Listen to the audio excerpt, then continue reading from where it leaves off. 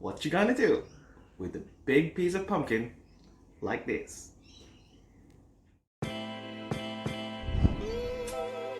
Hi, my name is Jasper and this is JasperFarCooks, and today we're going to deal with this big piece of pumpkin.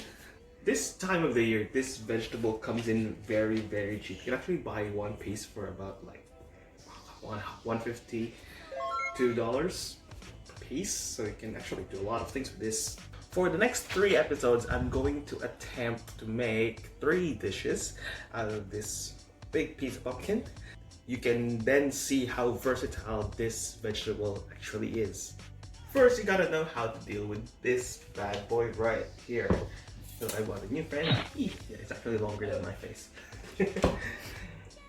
First, we need to divide this thing into half so you can work with it a lot easier. Make sure you use the top side, flip it over like that, and you gotta do a bit of a tap.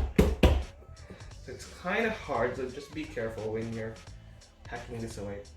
We're gonna do a bit of a stab, and then pull back. So to ensure that you won't cut yourself, make sure you put your hand in the back and then slowly push it down. At this point, there we go. At this point, we have to turn it around, and let's do the other side. So again, just follow the cut that you just made, stab it again, and then push it down. Once you reach the board, just there we go. Pull it back. At this point, you should be able to open this by hand. Just need to make sure that, yeah, get it all in one side, and then, see? There you go. That's number 1. Second, you can put that one there. Again, flat side down. Same technique, middle of the knife, push it down. That is the advantage of having a long knife, because you have the ability to actually use it as a guard. Pull it back, and then you have your quarters. So what are you gonna do now with your quarters? Get a smaller knife. This baby is gonna rest for a bit. I'm going to cut first this way. So I'm going to create like a bit of a straight on those 2 tips right there. After that, if there's still a lot of seeds, get a spoon and you can just scoop it out like that with one action, but this one doesn't really need to. So now, if you want to cut it smaller for your wedges, that flat surface will actually become your, see? So it doesn't move a lot anymore. You can use a longer knife as well, cut it in the middle, just a couple of taps, and then you got your wedges. If you want a smaller wedge, you can again cut like that. You can do that, or if you're kind of scared to do it, I know this is not the best, but if you want a wedge cut, just be careful. Stab your knife halfway. Do not try and wiggle your knife back and forth while you're actually doing that. It's just not gonna work. This specific cut, you can use this for your salads. You can use it for, if you want your pumpkin to be the star, with a decorative piece, then you can use this. So this one, we'll use it for our roasted salad dish. For the other recipe that I'm going to do, I wanted to have like chunks of pumpkin. So we need to peel it. What I'm gonna do is, I'm gonna start somewhere in the middle, and I'm just gonna drive the knife down.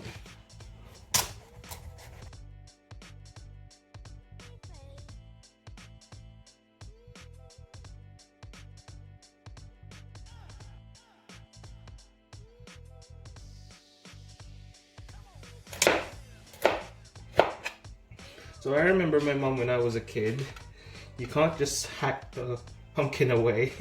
you kind of need to hold it in a very weird, vague angle. I can't remember how to. Don't do it because that's dangerous. I know, but there you go. So you make it like a stand, cut it like that, so there's no much pumpkin down to waste. Now how am I gonna cut it into cubes? So you can either start from here, take that wedge off, so cut those two, and then again I get my flat side back, so I can start cutting on this side.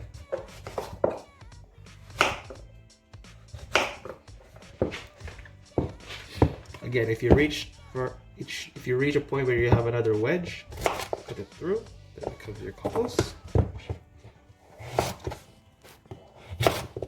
And there you go.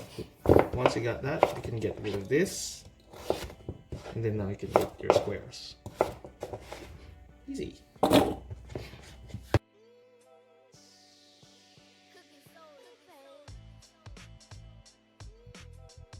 Now that we've broken our pumpkin, let's start cooking.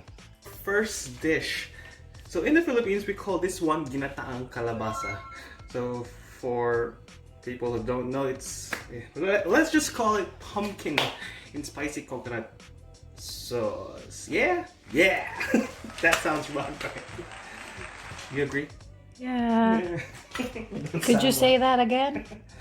Pumpkin stew in spicy coconut sauce.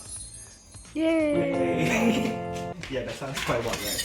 Let's start with what we're gonna use for today's dish. So we got our pumpkin. So this is about 1/4 of the pumpkin. Slice it into relatively sized dice. Cubes. Alright, cubes. We got our beans. We used to have a lot of snake beans back in the Philippines, but since we don't have that and they're quite expensive down here, we're using beans. They're half the price, almost same taste. We got some zucchini because there's lots of zucchinis and they're nice. For the aromatics, we got our garlic confit as we did for the last video. Onions. This is just half an onion, about 30 grams or a thumb sized ginger, and we're gonna use our condiment. Yay! Gonna make things spicy. Yay! First, we're going to saute our onions in a little bit of regular vegetable oil. Put it down there. Gonna season it straight away with our salt and pepper. Again, as with all bases of aromatics, you want that flavor to come out. Once we brown our onions, let's put our garlic confit. We're doing about 8 cloves and our ginger. For that, let's add a little bit more oil so we don't burn things. As you cook, you also mash the garlic so it incorporates with your onions and your ginger. Again, lightly seasoned. When everything is already caramelized, let's add our pumpkin. Roll it around.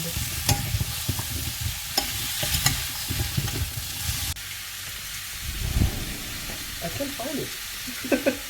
Trust me. Right. Usually these coconut creams in can have a water part on the bottom. So that's what I want to get. Because this is kind of deglazing the bottom of your pan. Of course, if you do have fresh coconut, this is not a usual thing. Yeah, we're gonna use the cream part later on to finish. But what we want right now is to just cook this pumpkin. So you want it to be like halfway done, almost 3/4 done. Then we'll put a lid.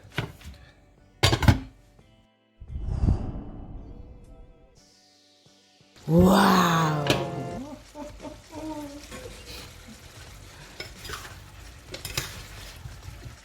As you can see, we've got a sauce.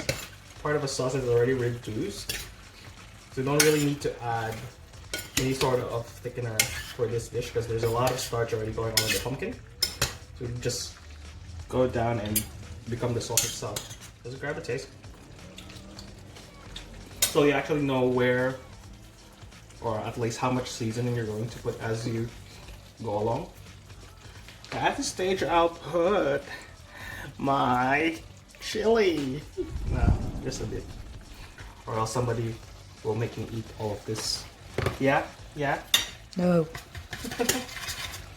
We're just gonna stir that. Then we will put our beans. Go on. Jeez. Sometimes I don't know if your stomach is just like what? Irritating or irritated or Irritating. yeah, your stomach is irritating. Alright. We're gonna toss the beans around. We'll just cover this for about 45 seconds to a minute to just let that steam get around the pot, and then we'll add our zucchini.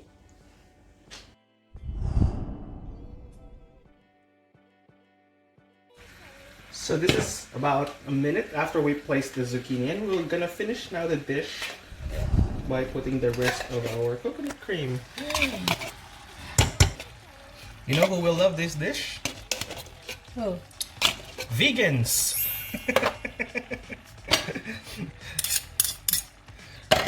We need to make our vegan fan base.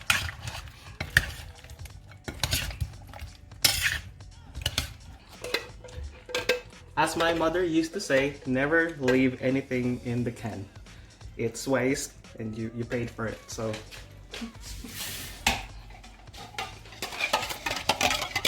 Just a bit of water.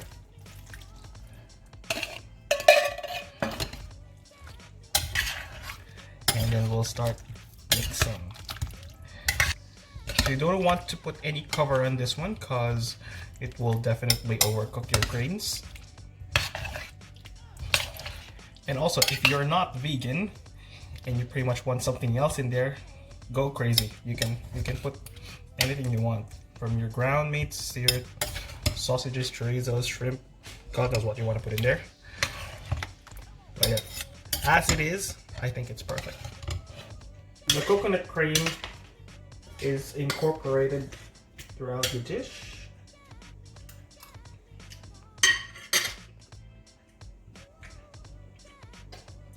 Still needs a little bit of seasoning. And that's it. Quick, healthy, easy dish to make with pumpkin. So that's pumpkin number 1 done. My version of Ginataang Kalabasa with beans and zucchini. Let's dig in.